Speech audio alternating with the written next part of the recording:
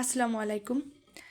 হুইস ম্যাকলয়েডে একটা সংজ্ঞা আছে, which describes the high pitched musical or whistling sounds produced by turbulent air flow through small airway narrowed by bronchospasm or airway secretion. তো wheeze মূলত হচ্ছে একটা, এটাকে যদি এইভাবে আমরা বাংলায় বলতে চাই যে একটা গানের একটা তীক্ষ্ণ শব্দ, অথবা প্রেশার কুকারে যেমন একটা হুইসেলিং সাউন্ড হয়, এরকম একটা সাউন্ড হচ্ছে হুইজ। তো এটা হয় ব্রঙ্কোস্পাজম অথবা এয়ারওয়ে সিক্রেশনের কারণে এয়ারওয়েটা হচ্ছে আমাদের ন্যারো হয়ে যায়, তখন টার্বুলেন্ট এয়ার ফলো আসে অ্যান্ড এই ধরনের একটা সাউন্ড প্রডিউস করে। তো ব্রঙ্কোস্পাজম জিনিসটা হচ্ছে ব্রঙ্কিয়াল স্মুথ মাসেল, এটা কন্ট্রাকশন করে, তখন এয়ারওয়ে ন্যারো হয়ে যায় অ্যান্ড ব্রঙ্কোস্পাজম হয়। তো হুইজের কতগুলো কজ। তো প্রথম যে দুইটা কজ আমাদের মাথায় আনতে হবে সেটা হচ্ছে অ্যাজমা অ্যান্ড সিওপিডি আর ক্রনিক অবস্ট্রাকটিভ পালমোনারি ডিজিজ। এছাড়া হচ্ছে acute bronchitis, bronchiectasis, congestive cardiac failure, যেটাকে কার্ডিয়াক হুইজ বলা হয়। তো ব্রোঙ্কেকটেসিস এটা কীরকম হয়, এটা হচ্ছে যখন অনেকের দেখা যাচ্ছে যে অনেক দিন ধরে লাংসে খালি বারবার ইনফেকশন হচ্ছে, তখন তার ব্রোঙ্কিয়াল ওয়াল এটা ডিস্ট্রাকশন হয়ে যায় অ্যান্ড ব্রোঙ্কাসটা হচ্ছে একটা পার্মানেন্ট ডাইলেটেশন হয়ে যায়, তখন ব্রোঙ্কেকটেসিস হয়।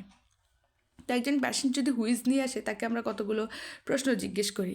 যেমন এর মধ্যে একটা পয়েন্ট হচ্ছে এক্সারসাইজ, যে তাকে জিজ্ঞেস করি যে আপনি যখন এক্সারসাইজ করেন অথবা জোরে হাঁটাচলা করেন বা কোনো একটা মুভমেন্ট করেন, সেই সময় অথবা এক্সারসাইজের পরে আপনার কি এই হুইসটা বা এই ধরনের সাউন্ডটা কি আরও বেশি করে বেড়ে যায়? তো যদি এক্সারসাইজের পরে এই ধরনের সাউন্ডটা বাড়ে, তখন আমরা অ্যাজমা অ্যান্ড সিওপিডির দিকে যাব। এবার প্রশ্ন করতে পারি যেমন যে আপনার কি রাত্রেবেলা যে হুইজের যে সাউন্ড, এর কারণে ঘুম ভেঙে যায়? যদি এরকম হয় তবে এটা অ্যাজমার দিকে যায়।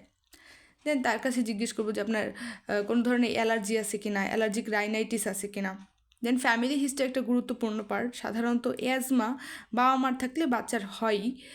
দেন আর্লি মর্নিং, অনেক সময় সকালে ঘুম থেকে উঠেও অনেকের আর কি এ ধরনের সাউন্ড হতে পারে, তো এটা অ্যাজমার দিকেই যাবে। দেন হুইজের ক্ষেত্রে কতগুলো ক্যারেক্টারিস্টিক্স, সাধারণত হুইজ এক্সপিরেশনের সময় হয়, তবে অনেক সময় ইন্সপিরেশনের সময় হয়, যেমন এটা হচ্ছে ল্যারিঞ্জিয়াল ও ট্রাকিয়াল অবস্ট্রাকশনের ক্ষেত্রে হতে পারে। তো এক্ষেত্রে আমরা একটা টার্ম ইউজ করি, সেটা হচ্ছে স্ট্রাইডর একটা রাশ সাউন্ড। এটা বেসিক্যালি যখন এয়ারওয়ের পাশে কোনো একটা টিউমার অথবা কোনো একটা ফরেন বডি এটা যদি এয়ারওয়েকে কম্প্রেস করে, তখন তখন ট্রাকিয়ার যে ওয়াল সেখানে ভাইব্রেশন হয় এবং এই ধরনের একটা সাউন্ড প্রোডাকশন হয়।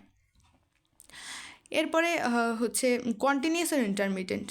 তো হুইজ মানে এই যে শব্দটা যদি কন্টিনিউয়াসলি চলতেই থাকে, তখন এটা আমরা ব্রোঙ্কাইটিসের দিকে যাব, আর যদি এটা ইন্টারমিটেন্ট হয় তখন এটা ব্রোঙ্কিয়াল অ্যাজমা। প্রভোকিং ফ্যাক্টর জিনিসটা হচ্ছে যেমন কিছু জিনিসের কারণে এই হুইজিংটা বেড়ে যাচ্ছে, যেমন ঠান্ডার সময় কোনো ময়লা বা ডাস্টের কাছে গেলে বা এক্সারসাইজ করলে। আর সাধারণত হুইজিং আমরা স্টেথোস্কোপ ছাড়াই শুনতে পারি।